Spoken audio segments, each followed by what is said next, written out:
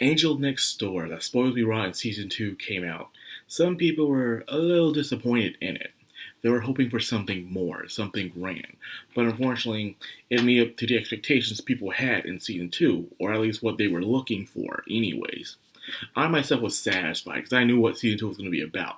It was going to be this giant epilogue about how what the couples are doing and how they're spending their time with each other, how they truly feel about each other, and of course what to do here on out through the future and beyond. It's kind of like Horror Me in season two. No true substance, but it was just there to add good eye candy for the fans.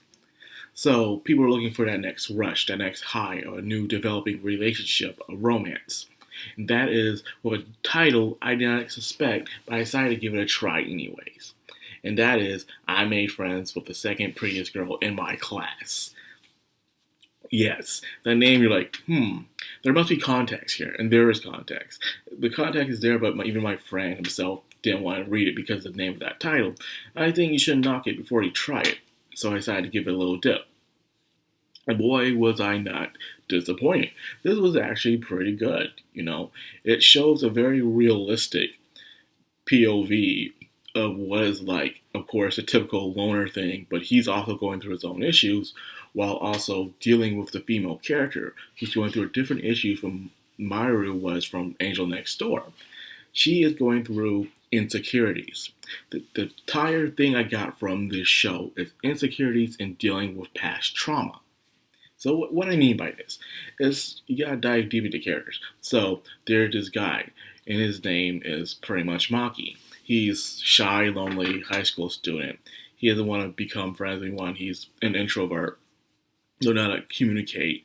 And then there is Umi. Umi is a girl who is told by him she is the second prettiest girl in class to her best friend, who is the first prettiest girl in class, you.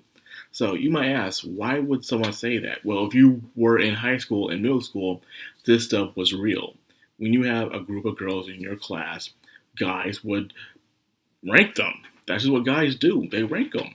They rank girls sometimes. See who's the cutest, who's the ugliest, who's the sexiest. That's what they do. Don't deny it. That's what they do. Even if you weren't in part of that crowd, you at least overhear what they were having in their conversations. And of course, one of the conversations was always, most of the times, is who is the prettiest girl. And one of the prettiest girls was you. But she was best friends with Maki, the second prettiest girl in class. To be honest with me, I think Umi was the most prettiest girl in class, in my opinion. But that's just how the Japanese are. But anyways, one day they find out they have common interest in scary movies, and they start to go watch the scary movies, mainly at Maki's place. To the point they start bringing snacks, drinks, pizza, and even start playing video games with each other. They became good friends at secret at first. And it turns out Umi has insecurities. She has insecurities when it comes to having her best friend. She loves and adores her best friend, but however she feels a little left behind, a little suffocated. She can't have anything of her own without you coming in, wanting to share or taking it over indirectly, not knowing she's doing it. So say you have two girls and they're best friends, and one of them is probably interested in a guy, or one of them want to hang out with another group of friends, but believe it or not, some friends won't hang out with another friend if they're already friends with someone else. So feel like any opportunity of friendship or love or whatever it may be, they could never get it because they were interested in the first friend. Now, some may think this is unrealistic, but it's true. I went through this in the 11th grade when I was in this school out in the country, and there were two girls with the same name. One was a bit taller and one was a short stack, and everyone liked the short stack more than the tall one.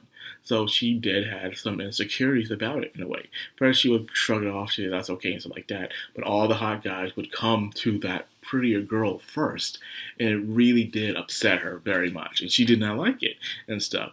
And it's not like she wanted the guys like that. It's just that she wouldn't mind like some of them coming to her first, and they only would come to her after the first girl turned them down. So she was treated like she was the the second prize.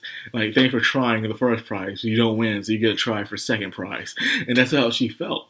And one day she just did like talking to her best friend one day, and it happened for a while until they finally made up and stuff. They were sorting their situation, what to do with this. So this is a real situation that has happened. So it's not unrealistic. This stuff does happen. Girls are very insecure. They be very judgmental. That's just how they are. Their emotions. But anyways, off topic. Actually, no, not off topic.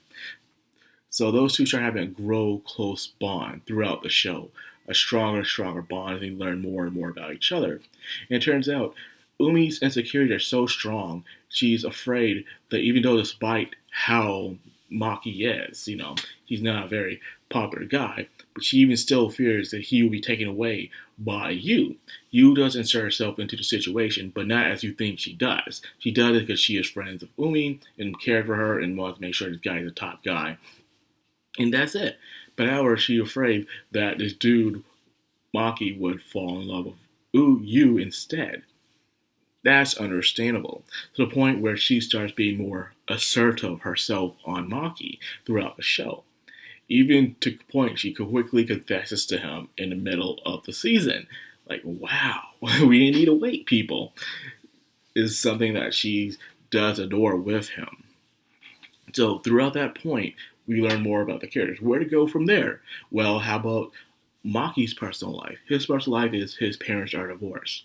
His father left his mom and is already seeing another woman, but the mom fell with serious mental disorders, taking medicine, staying late at work to avoid the house and stuff, falling back on motherly things.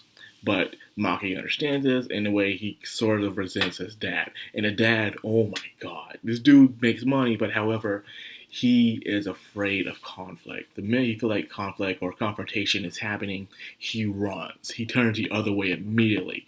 This dude is not like facing his demons. Like, damn. So he deals with that on the down low, and it kind of sucks for him, but we all can relate to that now in this day's age of how many parents divorce and one kid must stay with one of the parents. That's just how it is. Then you have Maki's situation where, not Maki's situation, Umi's situation where she doesn't want to lose Maki. She doesn't want to lose him. And she's even in a time where Maki got sick, she was very scared and she was always by his side. You think this is her being very affectionate, and yes, but at the same time she is worried because some events that happened to her mom in the past. So yes, things do unravel as you understand these characters' behaviors of past trauma. Like I said, when I was watching the show, it felt like I was watching a show that was focused on insecurities and past trauma and what to do to come through them to become a better person at the end. So like I said, I enjoy that very much and see these characters grow. And in fact, every time Yu is there in set and she's there trying to talk or even ask a question to Maki, Umi gets very insecure and tries to be very affectionate towards him. Like one time they were studying and all Yu did was ask him a question, and Umi got very insecure and started having some hand play under the table. Like, you not. They were having hand play. And the way they were doing it felt very lewd. So if you said hand holding can't be lewd, it can be lewd. You just gotta have the mind. So yes, I do highly recommend this series. I really did enjoy it. It's 12 episodes. Will there be a season 2? I hope so there'll be a season 2. And surprisingly, I started reading the manga. The manga is already ahead of season 1. Usually it's not like that. Usually it's like halfway where season 1's ending and stuff. But nope, this one's on point. So I don't need to wait in like Angel Next Door. Yes, Angel Next Door is taking sweet precious time. Even though season 2 already ended. But anyways, I hope this gets to season 2 because I would like to see what happens afterwards. And they do go through some challenges afterwards. So far I've seen nothing major, just minor challenges. So anyways, that's all I got for this video. I hope you guys enjoyed it. If you did, like, comment, subscribe, and of course, hit that bell icon. This has the Madcrownxox, signing out.